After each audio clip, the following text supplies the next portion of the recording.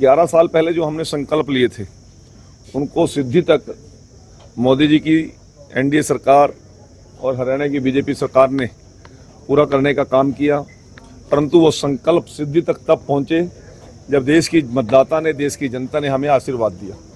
यदि देश की जनता हमें आशीर्वाद ना देती, मतदाता हमें आशीर्वाद ना देता, 3-3 बार देश में सरकार बनाने का मौका ना देता, तो हम वो संकल्प केवल संकल्प रह जाते। तो आज लोगों के बीच में वो बातें लेकर जाने की हमने एक शुरुआत की है।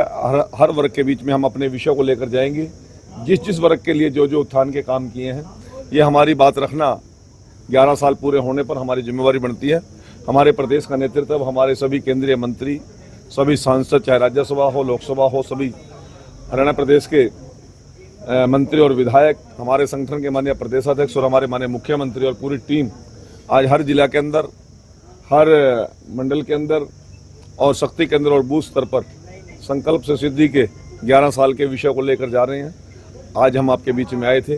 मुझे केवल इस विषय में इतना ही आपसे। हरियाणा की क्या उपलब्धि मानते हैं 11 साल में? यदि आप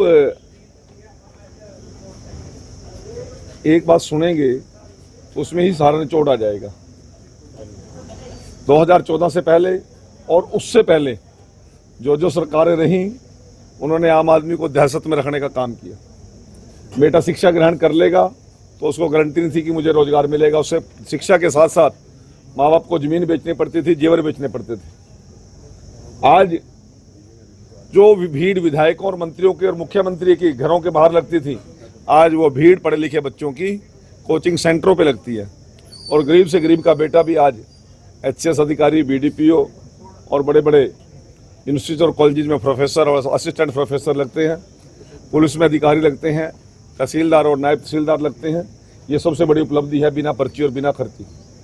ट्रांसफर एक बिजनेस था हरियाणा प्रदेश में हमारी सरकार आने से पहले, परंतु मनोहर लाल जी ने ऑनलाइन ट्रांसफर पॉलिसी लाकर कर्मचारियों को भी राहत देने का काम किया और एक ऐसे नापाक बिजनेस को समाप्ति की ओर लेकर गए।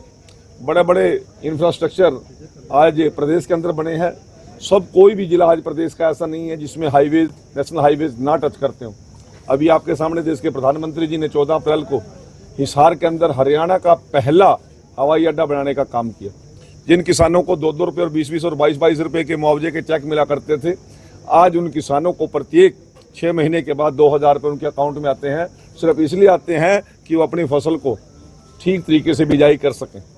आज एमएसपी पर हम 24 फसलें खरीदने का काम करते हैं और 24 घंटे के अंदर अंदर किसान की पेमेंट उसके अकाउंट में डालने का काम करते हैं। तो और कोई दाना क्या? सर आप इतनी उपलब्धि बता रहे हैं, लेकिन भूपेंद्र सिंह हुड्डा कहते हैं कि 11 साल में हरियाणा को कुछ भी नहीं मिला। नहीं मिला तो उसकी परेशानी उसको देखो ना, हमें उसकी वो टेंशन लेने की जरूरत नहीं। टेंशन कांग्रेस भी ले रही उसकी। रोज कहता मना नेता प्रतिपक्ष बना तो बना ही नहीं रहा चरने कोई। आप क्यों टेंशन ले रहे हो उसकी? ना हमने लेने की जरूरत है। उसकी पार्टी उसकी सुन नहीं रही, हरियाणा प्रदेश की जनता उसकी सुनने के लिए तैयार नहीं है। आज जिस प्रकार से दहशत और टेंशन के माहौल के अंदर हुड्डा जी जी रहे हैं, शायद मेरे ख्याल में देश का कोई भी राजनीतिक आदमी नहीं जी रहा होगा। सर कबीर जयंती पे आपका जो वक्तव्य था, मुझे उम्मीद थी आप जरूर पूछोगे इस बात को। मुझे उम्मीद थी आप जरूर पूछोगे। भाई, जिस आदमी ने करोड़ों करोड़ों लोगों के मुंह में निवाला डालने का काम किया, जिस व्यक्ति ने एक ऐसे बंधन को तोड़ने का काम किया जो गरीब लोगों के गले की फांस बनी हुई थी। अम्बेडकर जी कह के गए हैं कि गरीब का हक गरीब तक मिलना चाहिए। तो यदि ये बात मैं कहता हूं तो किसी को क्या दिक्कत है? नायब सिंह सैनी जी ने वो हक देने का काम किया। आज गरीब बैकवर्ड का बेटा हरियाणा की मुख्यमंत्री की कुर्सी पर बैठ गया। उन लोगों के पेट में दर्द है, मरोड़ है, और ये मरोड़ लगातार आगे भी रहने वाली है। 29 में भी रहेगी, ये 34 में भी रहेगी और 47 तक रहेगी। सर हिसार यूनिवर्सिटी के अंदर छात्रवृत्ति को लेकर आंदोलन चल रहा है, लाठीचार्ज हुआ है। ये विषय मुख्यमंत्री जी संज्ञान में, उसका शीघ्र ही समाधान करेंगे।